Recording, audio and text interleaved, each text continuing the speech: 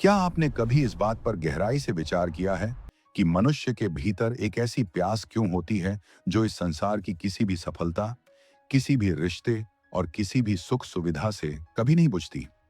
आप दुनिया भर का धन कमा लें, सारे शौक पूरे कर लें, सबसे ऊंचे मुकाम पर पहुंच जाएं, फिर भी रात के अंधेरे में जब आप बिल्कुल अकेले होते हैं, तो एक अजीब सा खालीपन, एक बेचैनी आपको घेर लेती है। यह खालीपन क्या है? यह असल में परमेश्वर के लिए आपकी आत्मा की पुकार है। यह उस पवित्र आत्मा की कमी है जिसके बिना मनुष्य का जीवन एक बिना पतवार की नाव के समान है, जो बस दुनिया की लहरों के धक्के खा रही है। आज हम उस सबसे महान रहस्य से पर्दा उठाने जा रहे हैं, जिसे गहराई से जाने बिना कोई भी इंसान अपने सृष्टिकर्ता को नहीं पहचान सकता और न ही अपने जीवन के असली मकसद को पा सकता है। कई लोग सोचते हैं कि पवित्र आत्मा कोई हवा का झोंका है, कोई अदृश्य शक्ति है, कोई कंपन है या ब्रह्मांड की कोई रहस्यमय ऊर्जा मात्र है। लेकिन बाइबल हमें एक बिल्कुल अलग और गहरी सच्चाई बताती है। पवित्र आत्मा कोई चीज या शक्ति नहीं है, बल्कि वह स्वयं परमेश्वर है। वह सर्वशक्तिमान परमेश्वर का तीसरा स्वरूप है। वह एक जीवित व्यक्ति की तरह है, जिसकी अपनी भावनाएं हैं, अपनी गहरी इच्छा है और अपनी अनंत बुद्धि है। जब इस सृष्टि की शुरुआत हुई थी, जब पृथ्वी बिल्कुल बेडौल और सुनसान थी और गहरे जल के ऊपर सिर्फ अंधियारा छाया हुआ था, तब परमेश्वर का आत्मा जल के ऊपर मंडराता था। यह वही आत्मा है जिसने उस शून्यता और अंधकार में से जीवन को आकार दिया। इंसान को जब मिट्टी से रचा गया, तो वह केवल एक निर्जीव ढांचा था, एक मूर्ति के समान था। लेकिन जब परमेश्वर ने उसके नथुनों में जीवन की श्वास फूंकी, तब जाकर इंसान एक जीवित प्राणी बना। वह श्वास, वह जीवन देने वाली सामर्थ्य पवित्र आत्मा की ही उपस्थिति थी। इसलिए पवित्र आत्मा बाहर की कोई अजनबी ताकत नहीं है, बल्कि वह हमारे अस्तित्व का मूल आधार है। उसके बिना हम आत्मिक रूप से पूरी तरह मृत हैं। लेकिन फिर सवाल यह उठता है कि अगर पवित्र आत्मा जीवन का आधार है, तो हमें उसकी अलग से आवश्यकता क्यों महसूस होती है? पवित्र आत्मा क्यों है? इस क्यों का उत्तर हमें यीशु मसीह के जीवन और उनके अंतिम वचनों में मिलता है। जब यीशु मसीह इस पृथ्वी पर अपनी सेवकाई पूरी कर रहे थे और उनके क्रूस पर जाने और वापस पिता के पास लौटने का समय करीब आ रहा था, तो उनके चेले बहुत उदास, निराश और डरे हुए थे। उन्हें लगा कि अब वे इस क्रूर और विरोधी दुनिया में बिल्कुल अकेले रह जाएंगे। तब यीशु ने उनसे एक ऐसा वादा किया जिसने मानव इतिहास को हमेशा के लिए बदल कर रख दिया। यीशु ने कहा कि मैं तुम्हें अनाथ नहीं रहने दूंगा। मैं पिता से विनती करूंगा और वह तुम्हें एक और सहायक देगा, जो युगानुयुग तुम्हारे साथ रहेगा, अर्थात सत्य का आत्मा। यह सहायक शब्द अपने आप में बहुत गहरा और रहस्यमयी है। मूल यूनानी भाषा में इसके लिए पैराक्लीटोस शब्द का इस्तेमाल हुआ है, जिसका अर्थ है वह जो मदद के लिए एकदम पास बुलाया गया हो, जो हमारा वकील हो, हमारा सच्चा मार्गदर्शक हो और जो हमारी तकलीफ में हमें सांत्वना दे। यीशु ने एक बहुत ही चौंकाने वाली बात कही कि मेरा जाना तुम्हारे लिए अच्छा है, क्योंकि अगर मैं न जाऊं तो वह सहायक तुम्हारे पास नहीं आएगा। जरा सोचिए, ऐसा कौन हो सकता है जिसकी उपस्थिति स्वयं यीशु मसीह की शारीरिक उपस्थिति से भी ज्यादा फायदेमंद हो? वह पवित्र आत्मा है। यीशु जब शरीर में इस पृथ्वी पर थे, तो वह एक समय में एक ही जगह पर हो सकते थे। अगर वह यरूशलेम में थे, तो गलील में नहीं हो सकते थे। लेकिन पवित्र आत्मा के आने का मतलब था कि परमेश्वर एक ही समय में दुनिया के हर कोने में, हर एक विश्वासी के हृदय के भीतर निवास कर सकता है। वह परमेश्वर जो मंदिरों और इमारतों में रहता था, अब इंसान के दिल को अपना मंदिर बनाने आ रहा था। पवित्र आत्मा इसलिए है क्योंकि हमारे अंदर अपनी प्राकृतिक ताकत से पाप पर जीत हासिल करने की कोई क्षमता नहीं है। इंसान का मन और उसका स्वभाव जन्म से ही पाप की ओर झुकता है। हम मन में बहुत बार अच्छे काम करना चाहते हैं, हम बुराई से दूर रहना चाहते हैं, लेकिन हमारी अपनी इच्छा शक्ति बहुत कमजोर हो जाती है। हम बार बार उन्हीं गलतियों में गिरते हैं जिनसे हम नफरत करते हैं। पवित्र आत्मा वह ईश्वरीय सामर्थ्य है जो हमारे अंदर से काम करती है। वह हमारे स्वभाव को भीतर से बदल देता है। जब पवित्र आत्मा हमारे जीवन में पूरी तरह से आता है, तो वह केवल हमें बाहर से सुधारने या अच्छा इंसान बनाने की कोशिश नहीं करता, बल्कि वह हमारे हृदय को पूरी तरह से नया कर देता है। वह हमारे भीतर से पत्थर का कठोर हृदय निकालकर हमें आज्ञा मानने वाला मांस का हृदय दे देता है। बिना पवित्र आत्मा की रोशनी के बाइबल के शब्द केवल स्याही और कागज हैं। वे एक पुराना इतिहास हैं जिसका अध्ययन करके शायद आपको कुछ मोरल प्रेरणा मिल जाए, लेकिन आपका जीवन नहीं बदलेगा। लेकिन जब पवित्र आत्मा उन शब्दों को छूता है तो वे शब्द आत्मा और जीवन बन जाते हैं। वे सीधे आपके हालात से बात करने लगते हैं। क्या आपने कभी महसूस किया है कि आप जीवन की किसी भारी दुविधा में हैं और अचानक आपके मन में सही फैसला लेने की एक गहरी शांति और स्पष्टता आ जाती है? या जब आप अंदर से पूरी तरह टूटे हुए होते हैं, रो रहे होते हैं और कोई ऐसी सांत्वना आपको घेर लेती है जिसे शब्दों में नहीं बताया जा सकता? वह कोई भ्रम नहीं, बल्कि पवित्र आत्मा का जीवित कार्य है। पवित्र आत्मा हमें दुनिया की कठोर सच्चाई से वाकिफ कराता है। वह हमें पाप, धार्मिकता और आने वाले न्याय के प्रति कायल करता है। इसका सीधा मतलब है कि जब हम कुछ गलत करते हैं, कोई झूठ बोलते हैं या किसी को धोखा देते हैं, तो हमारे भीतर जो वह हल्की सी चुभन होती है, जो हमें चैन से सोने नहीं देती और पश्चाताप की ओर ले जाती है, वह पवित्र आत्मा की ही आवाज है। वह हमें भटकाव के रास्तों से बचाकर मसीह की ओर खींचता है। वह हमारे लिए परमेश्वर के प्रेम की एक अटल मुहर है।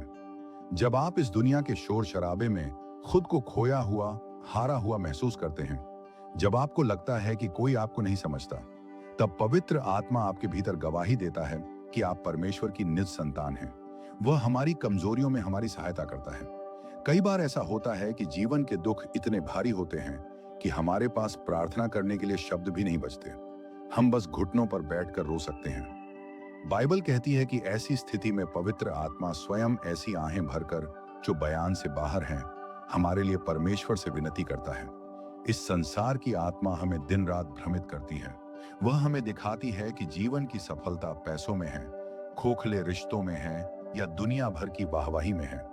लेकिन पवित्र आत्मा सत्य का आत्मा है। वह हमारी आंखों से उस पट्टी को हटा देता है जो इस झूठी दुनिया ने बांधी है। वह हमारे अंदर परमेश्वर के स्वभाव को उत्पन्न करता है: प्रेम, आनंद, शांति, धीरज, कृपा, भलाई, विश्वास, नम्रता और संयम। ये वो आत्मिक फल हैं जिन्हें कोई भी इंसान अपनी मेहनत से पैदा नहीं कर सकता। आप कितनी भी कोशिश कर लें, विपरीत परिस्थितियां आते ही आपका असली क्रोधी स्वभाव बाहर आ जाएगा। लेकिन पवित्र आत्मा जब भीतर होता है तो वह भयानक तूफान के बीच में भी आपको अद्भुत शांति दे सकता है। वह आपको उस इंसान से भी प्रेम करने की ताकत दे सकता है जिसने आपका सबसे ज्यादा बुरा किया हो। यह कोई मानव निर्मित मनोविज्ञान नहीं है, ये एक ईश्वरीय चमत्कार है जो हर दिन एक विश्वासी के भीतर घटित होता है। इसलिए पवित्र आत्मा का जीवन में होना कोई धार्मिक कर्मकांड या नियम नहीं है। यह कोई ऐसी भावुकता नहीं है जिसे आप केवल रविवार को चर्च की प्रार्थना में महसूस करें। यह 24 घंटे 7 दिन आपके साथ चलने वाली एक जीवित परमेश्वर की उपस्थिति है। इसके बिना आत्मिक जीवन जीना बिल्कुल वैसा ही है जैसे बिना इंजन के एक शानदार कार को धक्का मारना। बाहर से वह कार बहुत सुंदर दिख सकती है, लेकिन उसमें खुद चलने की कोई ताकत नहीं है। इंसान का धर्म, इंसान की अच्छाई केवल बाहर की सजावट है। असली ताकत पवित्र आत्मा है। लेकिन अब सबसे अहम सवाल हमारे सामने मौजूद है: जो परमेश्वर इतना पवित्र है, जिसका तेज सूरज से भी लाखों गुना ज्यादा है, वह एक कमजोर और पापी इंसान के भीतर अपना घर कैसे बना सकता है? वह पवित्र आत्मा एक इंसान के भीतर कैसे उतरता है और उसे पाने की सच्ची कीमत क्या है? यह एक ऐसा रहस्य है जो आपके जीवन की दिशा को हमेशा के लिए बदल कर रख देगा। हमने देखा कि पवित्र आत्मा कोई बाहरी ताकत नहीं, बल्कि स्वयं परमेश्वर का हमारे भीतर आना है। लेकिन अब जो सवाल हमारे सामने है, वह सबसे गहरा और हमारे जीवन को झकझोर देने वाला है। एक ऐसा परमेश्वर जिसकी पवित्रता के सामने स्वर्गदूत भी अपना चेहरा छिपा लेते हैं, वह भला एक पापी और अशुद्ध मनुष्य के भीतर कैसे प्रवेश कर सकता है? हम उस पवित्र आत्मा को कैसे प्राप्त कर सकते हैं? बहुत से लोग यह बहुत भारी गलतफहमी पाल लेते हैं कि पवित्र आत्मा कोई ऐसा इनाम है जिसे हम अपने अच्छे कामों से, लंबे उपवासों से, दान पुण्य से या बहुत सारी धार्मिक रस्में पूरी करके कमा सकते हैं। लोग सोचते हैं कि अगर वे दिन में कई घंटे प्रार्थना करेंगे या खुद को बहुत ज्यादा कष्ट देंगे तो परमेश्वर खुश होकर उन्हें अपनी आत्मा दे देगा। लेकिन बाइबल की सच्चाई इसके बिल्कुल विपरीत है। पवित्र आत्मा कोई मजदूरी नहीं है जिसे आप अपनी मेहनत से कमा सकें।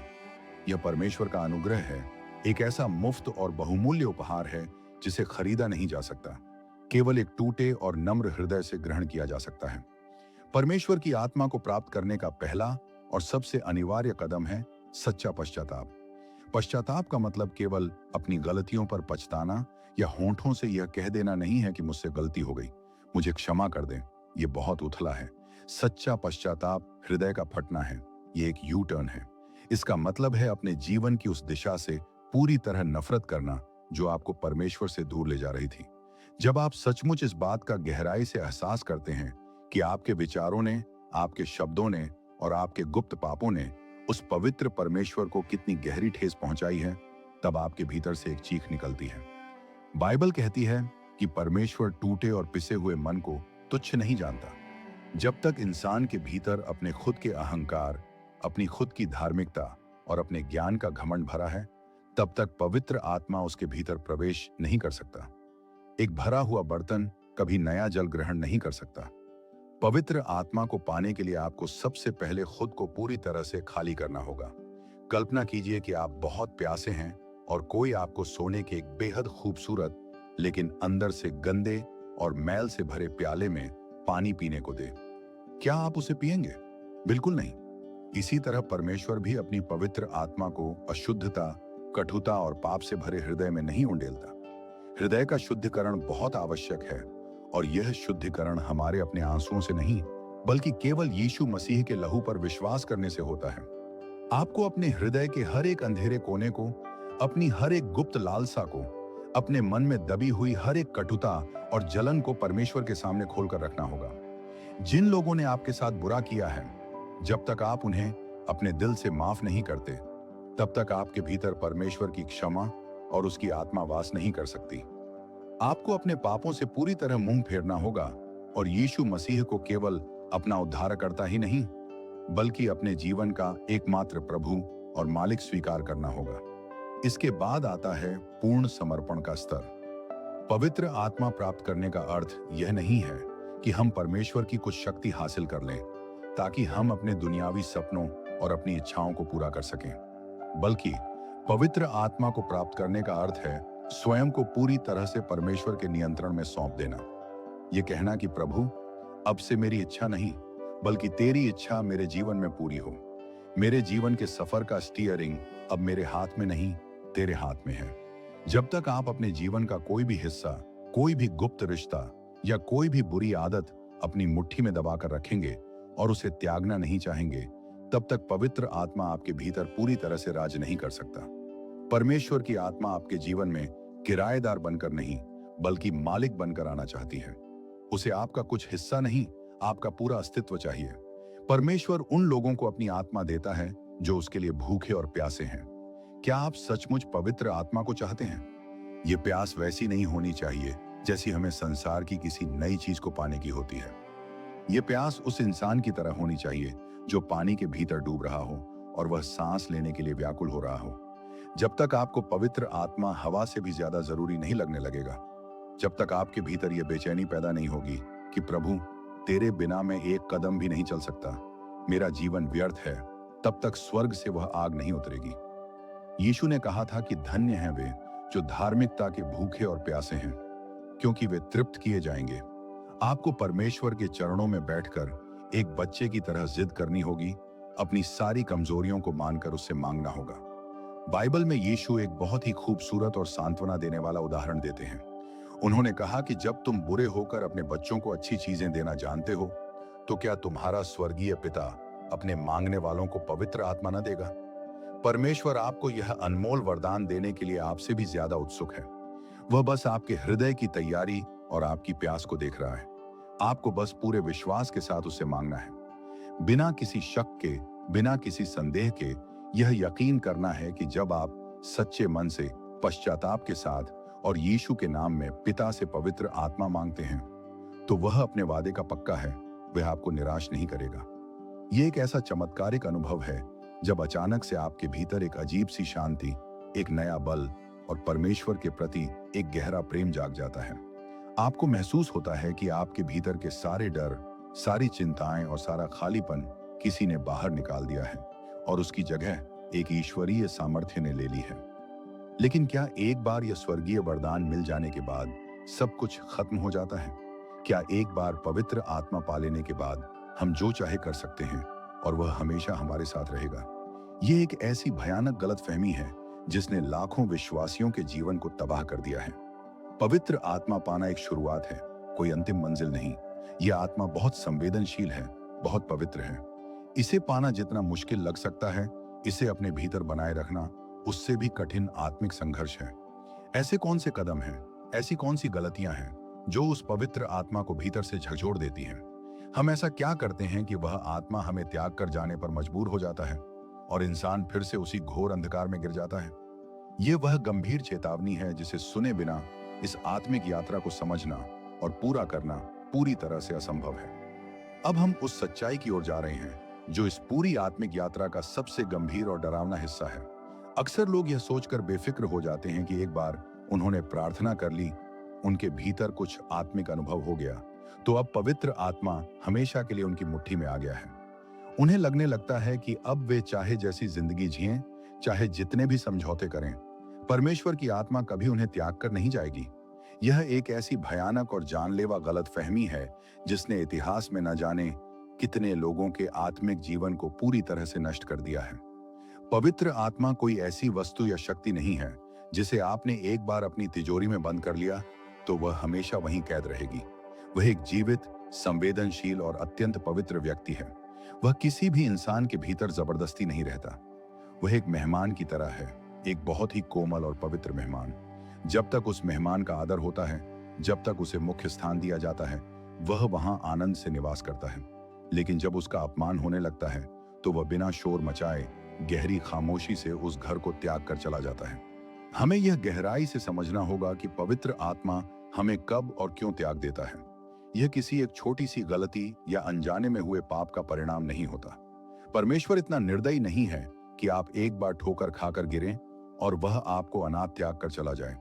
जब आप कमजोरी में गिरते हैं तो वह आपको उठाने के लिए हाथ आगे करता है।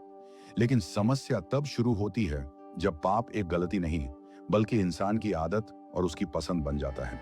बाइबल हमें चेतावनी देती है कि परमेश्वर के पवित्र आत्मा को शोकित मत करो। वह शोकित कैसे होता है? जब एक विश्वासी के भीतर कटुता, क्रोध, जलन और नफरत पलने लगती है, जब उसके मुंह से गालियां, निंदा और अपशब्द निकलते हैं, जब वह दुनिया को दिखाने के लिए तो एक बहुत धर्मी और पवित्र इंसान होने का नाटक करता है, लेकिन अकेले में अपने बंद कमरों में वह अशुद्धता, व्यभिचार और लालच में डूबा रहता है, या ऐसे कामों में लिप्त रहता है जो परमेश्वर की नजर में घिनौने हैं। जब इंसान ऐसा करता है तो उसके भीतर बैठा पवित्र आत्मा रोता है।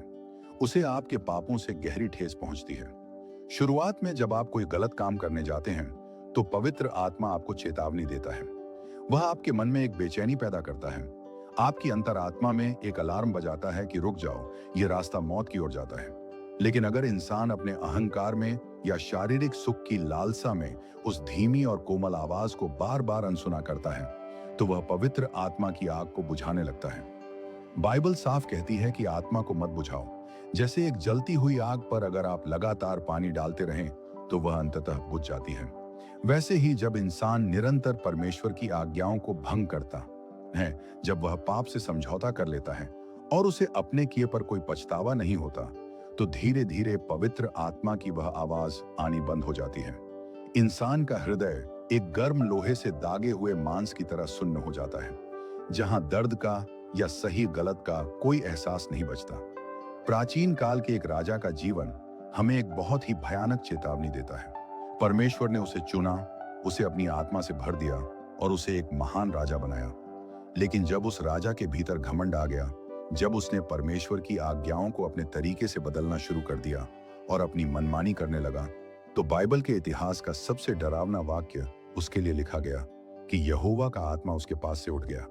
और जब पवित्र आत्मा ने उसे त्यागा तो उसके भीतर का खालीपन तुरंत एक दुष्ट आत्मा ने भर लिया और उसका जीवन एक जीते जागते नर्क में बदल गया। इसके विपरीत एक और राजा था जिससे बहुत भयानक पाप हुए। उसने व्यभिचार किया और एक निर्दोष की हत्या तक करवा दी। लेकिन जब उसे अपने पाप का एहसास कराया गया तो वह अपने सिंहासन की चिंता त्याग कर मिट्टी में लेट गया और फूट फूट कर रोते हुए उसने परमेश्वर से केवल एक ही भीख मांगी कि प्रभु, मुझे अपने सामने से मत निकाल और अपने पवित्र आत्मा को मुझसे अलग मत कर। वह जानता था कि राजपाट, धन दौलत और ताकत छिन जाए तो कोई बात नहीं, लेकिन अगर पवित्र आत्मा चला गया तो जीवन का कोई अर्थ नहीं बचेगा। बाइबल बताती है कि हमारा शरीर पवित्र आत्मा का मंदिर है। पुराने समय में जब मंदिर में मूर्तियां रखी गईं और वहां अपवित्र काम होने लगे, तो परमेश्वर की महिमा, उसकी उपस्थिति धीरे धीरे मंदिर की दहलीज से उठी और उसे त्याग कर चली गई। सबसे भयानक बात यह थी कि जब परमेश्वर की महिमा मंदिर से गई, तो अंदर बैठे याजकों और पुजारियों को इसका पता तक नहीं चला। वे अपनी धार्मिक रस्में, अपने बलिदान और अपनी प्रार्थनाएं वैसे ही करते रहे जैसे वे हमेशा से करते आ रहे थे।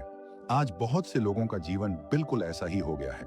वे बाहर से बहुत आत्मिक दिखते हैं, वे सुंदर गीत गाते हैं, वे मंच पर आकर ऊंची ऊंची बातें करते हैं, लेकिन उनके जीवन के मंदिर से पवित्र आत्मा बहुत पहले ही विदा हो चुका है। उनके भीतर परमेश्वर की उपस्थिति का वह तेज अब नहीं रहा, बस एक खोखला धार्मिक ढांचा बचा है। यह इसलिए होता है क्योंकि उन्होंने अपने हृदय के मंदिर में दुनिया के आकर्षण, पैसे के लालच और अपने खुद के अहंकार की मूर्तियां स्थापित कर ली हैं। पवित्र आत्मा किसी भी मूर्ति के साथ अपना स्थान साझा नहीं करता। वह एक ऐसा परमेश्वर है जो आपके प्रेम में किसी और की हिस्सेदारी बर्दाश्त नहीं कर सकता। आज बहुत से लोग इस भ्रम में जी रहे हैं कि वे केवल कुछ धार्मिक कार्य करके या कुछ दान देकर अपने निरंतर पापों का हिसाब बराबर कर लेंगे। वे परमेश्वर के अनुग्रह को पाप करने का लाइसेंस मान बैठे हैं, लेकिन वे भूल जाते हैं कि पवित्र आत्मा उन लोगों के साथ नहीं चल सकता जो जानबूझकर अंधकार से प्यार करते हैं। जब कोई व्यक्ति लगातार पवित्र आत्मा के कायल करने वाले कार्य का विरोध करता है, जब वह सत्य को जानते हुए भी झूठ के साथ सोता है, तो एक ऐसा समय आता है जब परमेश्वर उसे उसके भ्रष्ट मन के हवाले कर देता है। यही आत्मा के विरुद्ध किया गया वह पाप है जिसकी कोई क्षमा नहीं है, क्योंकि इंसान उस आत्मा को ही पूरी तरह से खारिज कर देता है जो उसे पश्चाताप की ओर ले जा सकता था। अगर आज आपके भीतर पाप करने के बाद कोई ग्लानि नहीं होती, अगर आपको अपनी गलतियों पर रोना नहीं आता, तो यह इस बात का अत्यंत गंभीर और खतरनाक संकेत है कि पवित्र आत्मा आपसे बहुत दूर जा चुका है। यह कोई डराने वाली कहानी नहीं है, बल्कि जीवन और मृत्यु के बीच का चुनाव है। पवित्र आत्मा की उपस्थिति हमारे भीतर स्वर्ग की गारंटी है, लेकिन उस उपस्थिति को बनाए रखने के लिए हमें हर दिन, हर पल एक सचेत जीवन जीना होगा। हमें अपने विचारों की चौकीदारी करनी होगी, अपनी आंखों और कानों को दुनिया के कचरे से बचाना होगा। यह एक निरंतर चलने वाली आत्मिक जंग है। आपको हर रोज अपने शारीरिक अभिलाषाओं को मारना होगा ताकि आपके भीतर परमेश्वर की आत्मा पूरी सामर्थ्य के साथ कार्य कर सके। क्योंकि जिस दिन वह आत्मा आपके भीतर से हमेशा के लिए विदा हो गया, उस दिन आप एक चलती फिरती लाश से ज्यादा कुछ नहीं रह जाएंगे। आपके पास सब कुछ होगा, लेकिन आपके पास जीवन नहीं होगा। इसलिए आज अगर वह आत्मा आपको पुकार रहा है, अगर आज भी आपके भीतर अपने पापों को त्यागने की एक हल्की सी भी इच्छा बाकी है, परमेश्वर के सामने अपने हृदय को चीर कर रख दीजिए और उससे कहिए कि वह आपके जीवन का पूरा नियंत्रण ले ले। क्योंकि पवित्र आत्मा के बिना इंसान का अस्तित्व बस एक ऐसा इंतजार है जो उसे हमेशा के लिए परमेश्वर से दूर कर देगा।